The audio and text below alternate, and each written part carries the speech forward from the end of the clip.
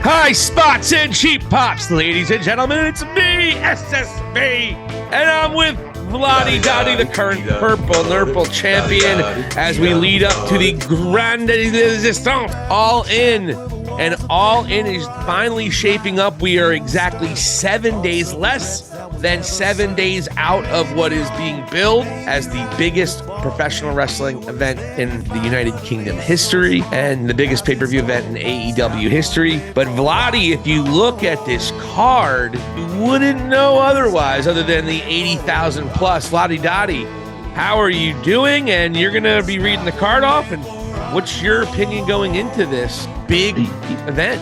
You know, even calling it a big event is like almost an understatement. This is the biggest event, it seems. I think it's sold more tickets than any other event in wrestling history. I might be wrong on that, but I believe that's what I saw.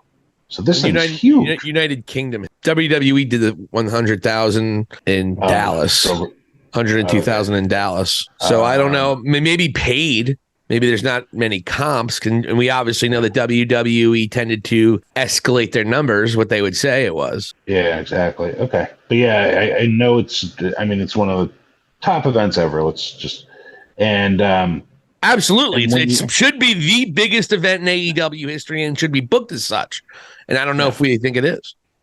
Yeah, and I would totally agree with that, because this is an international event, and I think on that day you're going to have many wrestling fans looking in on this and are interested in it, really. But then when we sort of reveal the card here, sort of trying to figure out and play booker yourself and not sort of understand what's going on here. That's me anyways, and it seems like it's you as well. So let me start off here.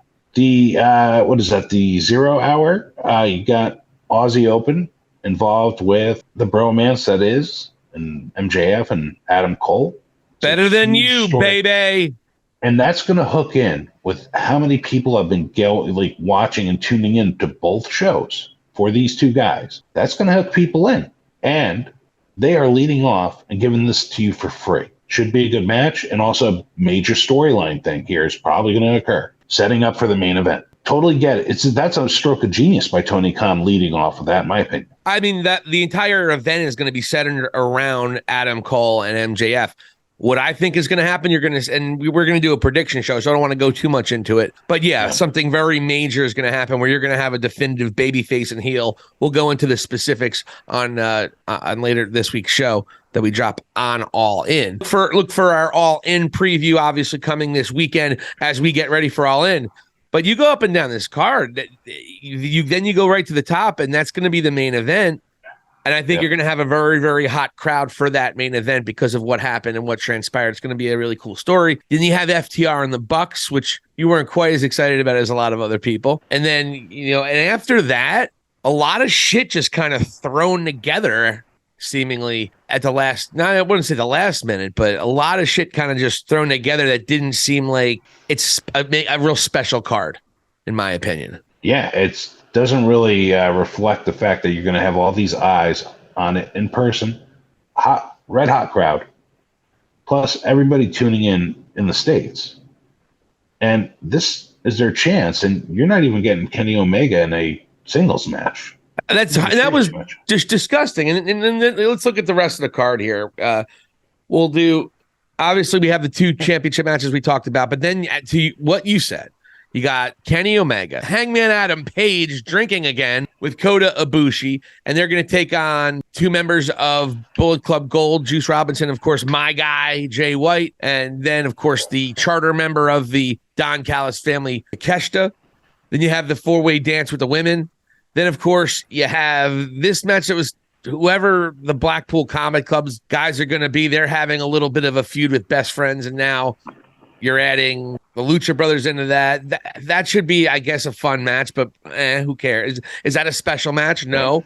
Sting, Darby versus AR Fox and Swerve, that should be cool. Okay, that's a decent match, but again, that's not special. That's something you see on every pay-per-view. And then, of course, as you mentioned, of course, the Aussie Open against in the 0 hour, Aussie Open defending the Ring of Honor Tag Team Championships against the two members of the main event, the two competitors in the main event, Adam Cole and MJF. So outside of the main event and that tag match, I think you forgot championship match, I think you forgot a match. Oh, which one? Jericho, Ospreay. So, and then Jericho and Ospreay, and then CM Punk and Samoa Joe were added as well just recently. And let's break it down. Okay, first thing I'm going to bitch about, which I already did a quick video on our YouTube page, like you said, Kenny Omega in a triples match? Like, why? Is he banged up? Don't you want the best singles wrestler on the planet to be in a singles match? Or at least one of them? You know, him and Bryan Danielson. I mean, these guys, how often are we going to have Kenny Omega in a triples match on a pay-per-view since he's been back? And off the top of my head, has he even had a singles match outside of Ospreay?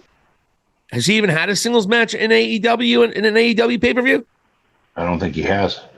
So what's up with that? Yeah, because they were in the Anarchy in the Ring. So that's my point.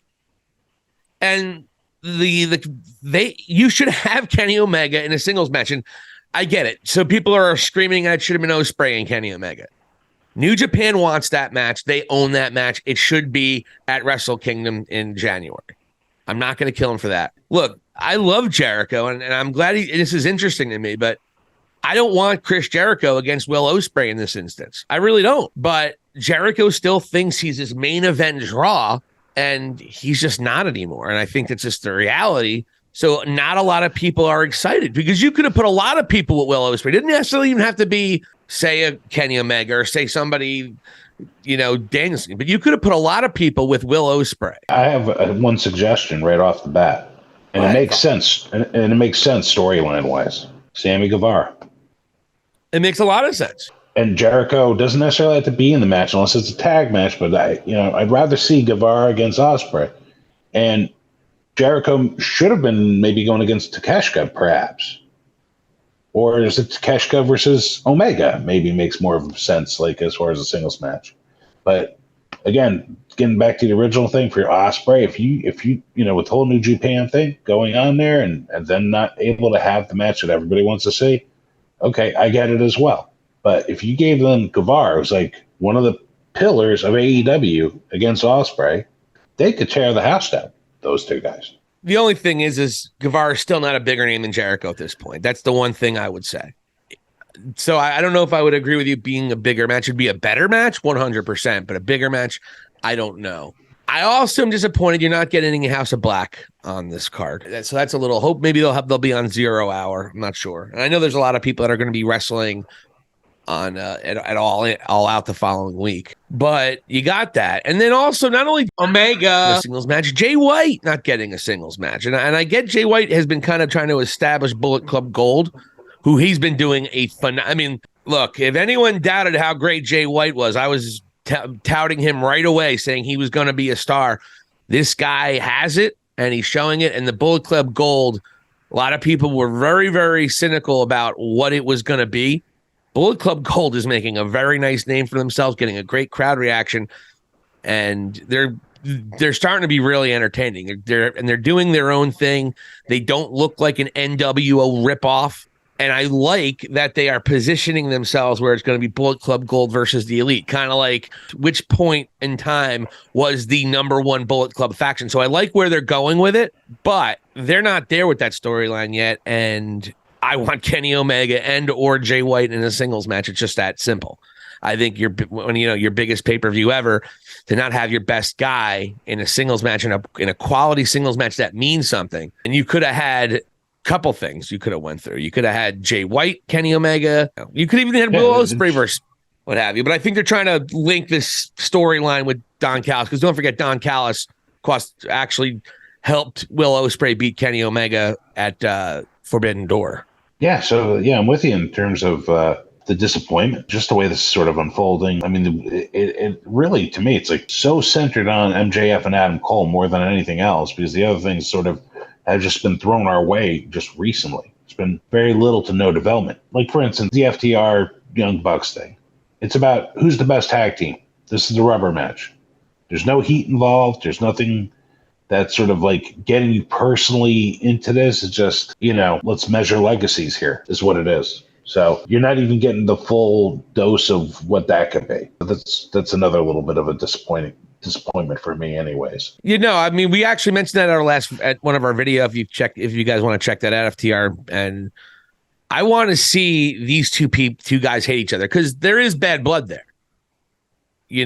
Allegedly. I don't know how bad it is. I think it might have been played up a little bit, but I can tell you that they're doing the same thing they did the first